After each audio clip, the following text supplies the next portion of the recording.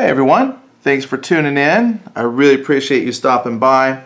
What I wanted to do was take a moment and share this with you. I picked this up at Origins, just got back, and probably over the next few days we'll put up some videos showing you things I picked and talk about why I got them.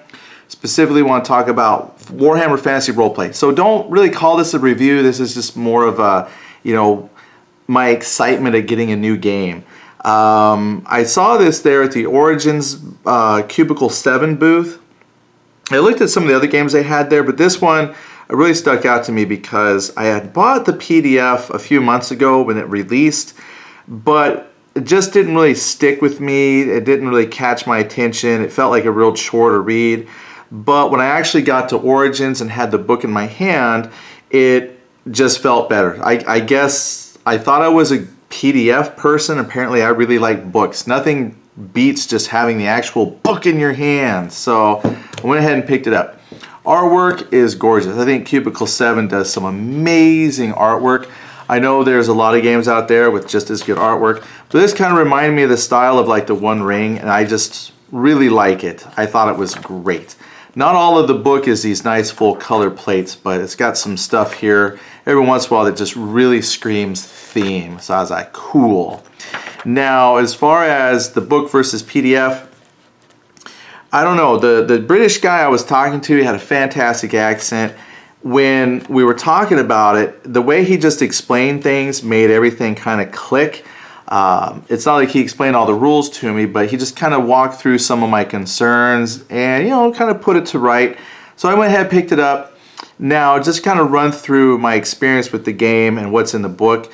Character creation. Some of this he was comparing to 2nd edition, 1st edition.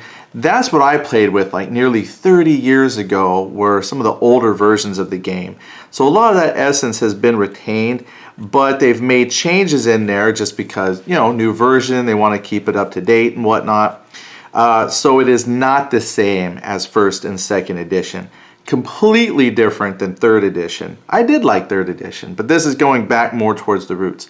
So when you're making your character, I love the fact that there's 3 ways that you can make your character. You can totally randomize your character with some dice rolls, and when you do, you get extra experience points that you can use to tailor your character in the beginning. Or they have a couple variations where you make a random roll, but if you don't like it, you can adjust a little bit here and there. You still get some experience to customize your character at start. Or you can do like traditional building where you pick what you want, determine your stats yourself, so on and so forth, but you don't get any bonus experience. So you can end up with something totally random, or you can kind of customize a character the way you want. You got humans, dwarves, elves, there's high elves, there's a couple types of elves, there's halflings. There's also, I think in one of the books coming up, or out, but it's going to include an actual gnome, another player character race for gnome. So I think that's cool. So that'll be another one. I can see with more supplements they'll add more races. I'm sure they would. But it gives you some basic ones to start with. Then this is the part that a lot of people really love, and that's the class and career system. Now, from what I've been told or read, because I don't remember, because the other games I played many years ago, this has got about 64, 67 professions, something like that, jobs. And I guess older versions you had like around 100. So this is still quite a few, but maybe not as many in the past. Not saying they can't add to it, but this gives you a lot of job options.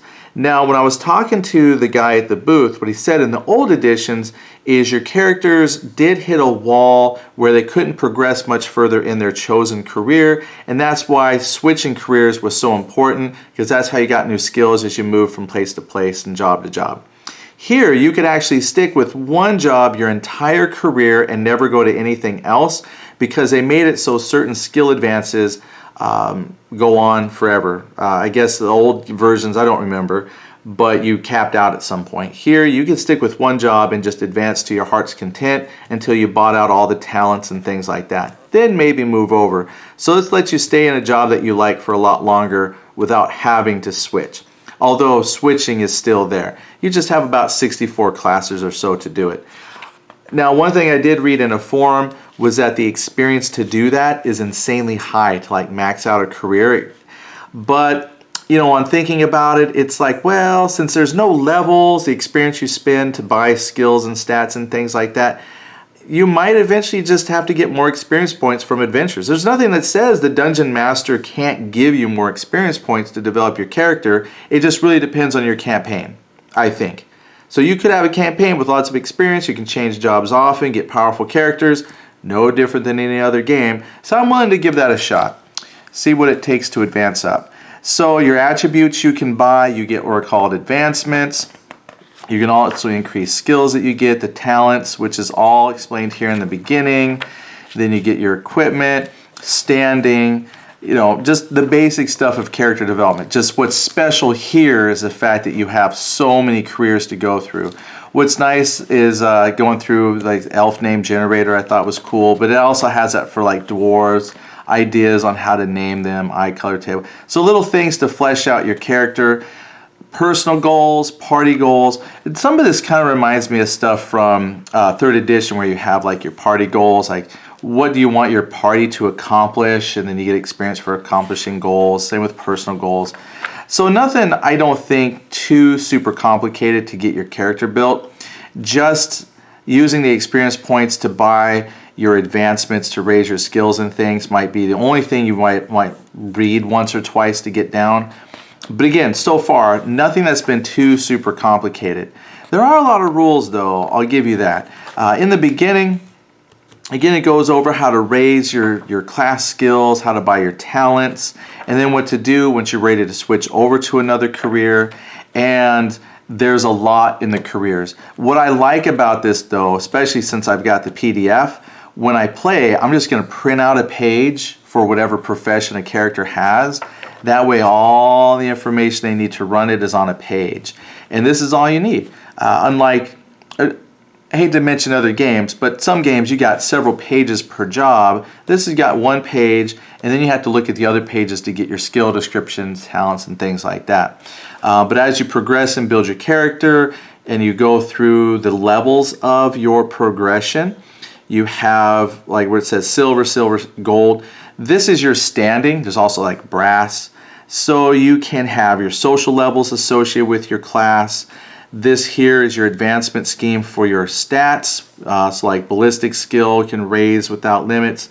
There's a silver path ones you can build once you hit your silver, or master engineer. Brass is just engineer rank. And then the gold one you can start developing when you hit your, this is chartered engineer.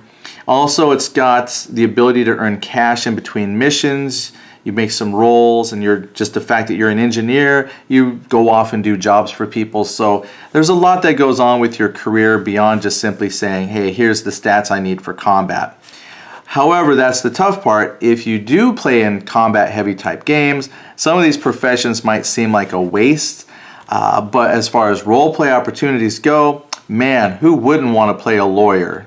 That's awesome. Or a physician, or a nun, or an agitator, or a wizard. Get some spells, an artisan, a beggar, townsman.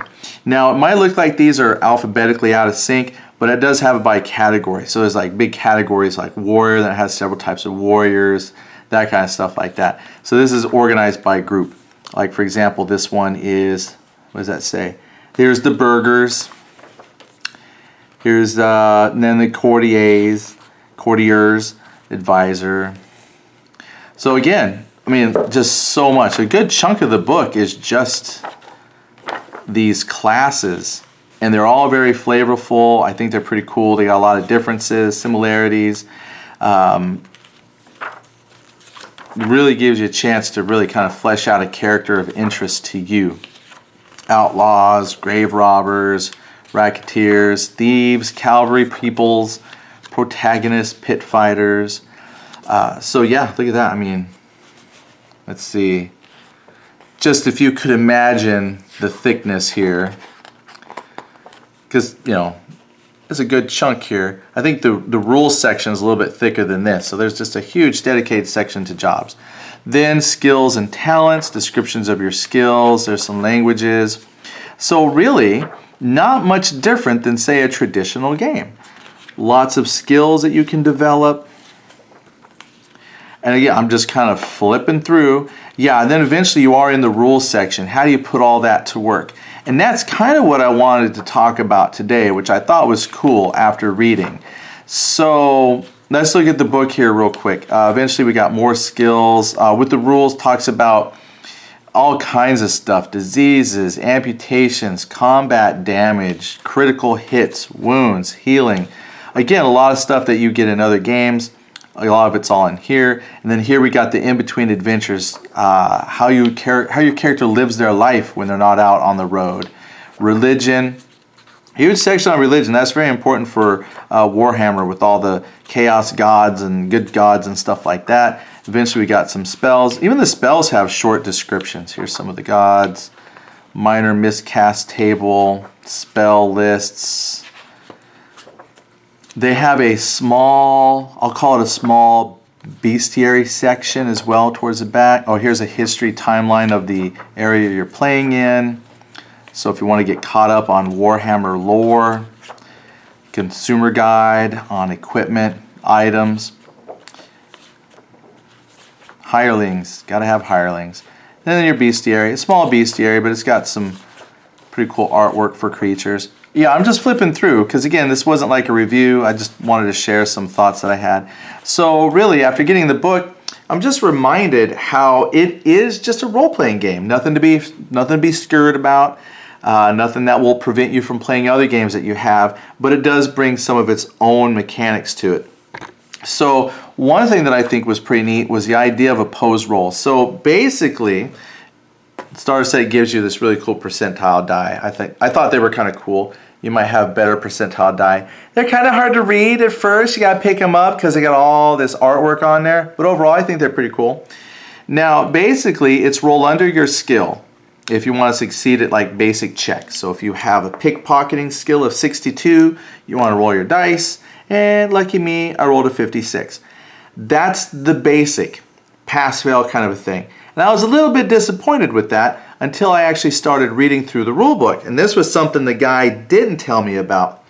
They have levels of success. So one of the things I really liked about the Genesis role-playing game is the idea that you roll your custom dice and you can get a certain amount of successes. You can still fail at a check and still get some successes.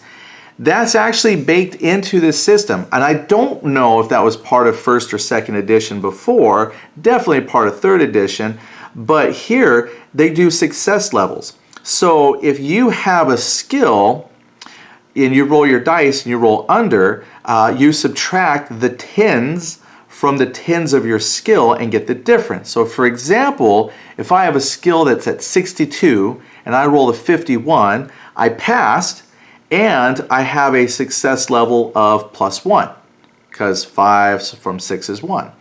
And in the book, it tells you certain things. Like if you have a certain amount of successes, you succeed with a certain amount of degree, maybe get a bonus on something. Cool. It has levels of success. And the same if you fail. So if I had a skill of 60 and I rolled an 80, I failed with a -2 success level. So maybe I get an extra penalty on something. So they have a simple way of doing the same kind of thing, degrees of success. And as I read more into combat, oh, so happy because it follows into combat. And this is why this is so cool. And this is where I wanted to kind of talk on the video about this. As I learn more and play more, I think it's going to sink in really, really well. If I attack somebody and I miss, so if I had a skill of 60 and I rolled a 70, okay, in a simple skill that'd be a fail, but in combat it's an opposed check. So you're looking for the degrees of success, the differences, because that means my opponent could fail worse than me, so I could still hit my opponent, but maybe not as good. So for instance, if they have a dodge or an opposed melee check and they fail it by 3 success levels and I failed by 1, I technically still hit them and still do damage because, well, I hit. So it just means I hit, just not very well. It's very cool. Or at least I think in combat you still do damage even if you miss. You just miss not as bad as they did. Because the way they explained it with like haggling is the same thing. If I fail my haggle or barter roll, by 1 success level, but my opponent fails it by 3, then I still successfully haggle, just not as good. It's kind of cool. I don't know. That really struck me as neat because with just that simple dice mechanic, you can still have degrees of success or fail forwards that you see in other games. Now, if you actually do roll under your skill and you roll doubles, that's a critical hit. And so far in a lot of the gaming that I've done, I've done like 1 critical hit. So it's pretty rare. And then if you are doing fumbles, then it's like if you roll doubles but it has to be an even number, then it's a fumble. So that's like even more rare to fumble, but they can happen. And they do have a lot of crit tables, pretty deadly stuff, and a fumble. So just overall though, I thought that part was cool, the levels of success. I like that because when I play Dungeons and Dragons, let me give you another picture to look at. Here's something else to look at while I talk. Talkity, picture. Here we go. Look at some of these. Troll Slayers. Everybody's favorite Mohawk Dwarf, the Slayer. With glare. Can I shift that? No, that glare is like following him like crazy. Sorry, I'm trying to get the glare off the dwarf. Okay, there we go. Now, when I play, say, Dungeons and Dragons, for example, you hit somebody, you roll your damage. The damage roll, in a way, indicates how well you hit, because you either did a lot of damage or you didn't do a lot of damage. But it really doesn't take into account how well the actual hit roll was. So if I needed to roll, say, a 10 to hit somebody, and I actually rolled a 19 because of bonuses and stuff, I hit really well, but that's not reflected in the damage roll. I just roll my damage. And the only time that you really modify the damage roll is if you roll a critical hit.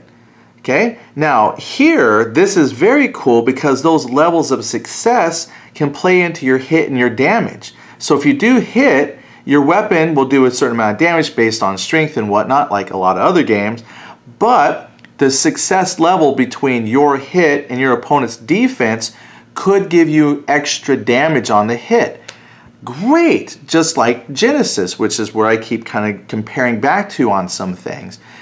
In Genesis, all your successes kind of add on to the damage.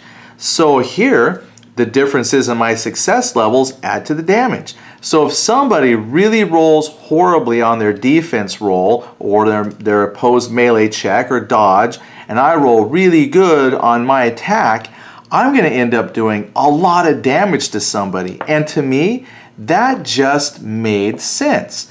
And someone explained it. They were talking about another game or a book they read, and they talked about someone who used a dagger. You know, heck, if a really skilled dagger user wants to take someone out, because they're really skilled at using a dagger, they could. Whereas if you're playing like D&D, for example, it's like 1 die, 4 die. So it doesn't matter how good of a dagger user I am, I'm limited by the weapon. But here, this lets your skill make a difference. Let's look at some other stuff. Here you go. A couple more pictures to look at while I talk. So that to me is what really sold me on wanting to learn this, is because to me, I think that makes sense. Your skill in doing stuff can really make a difference in your success, in your failures, or how well you do, especially in the idea of combat. The only thing that I've read in forums that people kind of don't like about the combat is archery or ranged weaponry. There's no opposed checks unless you have like a shield and it's at long range. Then yeah, you have a chance to parry with a shield. But in general, archery is like the way to go if you can always keep your distance because there's no opposed checks. Melee combat, however, because of the opposed checks, here's another picture to look at while I talk. There you go, villager. You can be a villager. I do feel like I missed a lot, like running some sample battles. It felt like the only thing that made the battle seem long was a lot of dice rolling that resulted in no hit because people were dodging. But you know, that kind of makes sense too, right? People don't want to be hit, which is why they're dodging or parrying with their weapons. It just felt like, yeah, it's just an exercise in a lot of dice rolling to get where you need to go. But they have an answer for that too. When you successfully hit folks, even if you don't do damage, but you successfully hit, you get an advantage die. and then that adds 10 to your skill. So over time, if you can keep hitting stuff and you're not taking damage, you're not missing, you can build up quite a bit of an advantage, and then it's really hard not to hit or do extra damage. It's just that you start to lose advantage. Advantage comes and goes really quick, I'll put it that way. And I wouldn't want to give advantage to the NPCs, but you can, because, you know, the players are the heroes of the game, but they could be on the receiving end of a beatdown if they're fighting something that is gaining a lot of advantage. So advantage kind of seems tricky to track. Like I said, kind of new to playing it, but I think in time it'll be fine, and I think I might just leave it to the players. But if I want the game to be more deadly and sinister and perilous, yeah, I'm going to give advantage to everything. But I think just to start out, to convince people to keep playing, you know, we'll just give advantage to the players. So it is kind of cool. It feels like for every cool thing they give, you find a flaw, but then they say, but here's something else to lessen that. It's just new mechanics for me to learn. But leaving you a final thought and a couple more jobs to look at here. I really like the success level system that they've thrown into the skills. I think that gives me some of the variety that I was looking for in terms of granularity with skill results. I think it's going to work out pretty good. And now I think we'll go ahead and end there. If you have any questions about Warhammer 4th edition, don't really ask me because I don't know much yet. Ask your question, but I'll probably direct you somewhere else unless I know for sure the answer. But if you play 4th edition, leave your tips, tricks, things like that. I obviously still have a lot more to learn before I can really sit down and run a session. Mostly what I'm doing is just laying people out and having them dice roll at each other. So that's not really a fair assessment of how the game works as a game, but it certainly has me excited and I want to learn more. So with that in mind, I'll say goodbye, take care, have a good night, and we'll see you around at the next video. And here you go, one more picture. Let's find a cool picture. There you go. Just don't cut your ear off at the barber. All right, everybody, take care. Bye.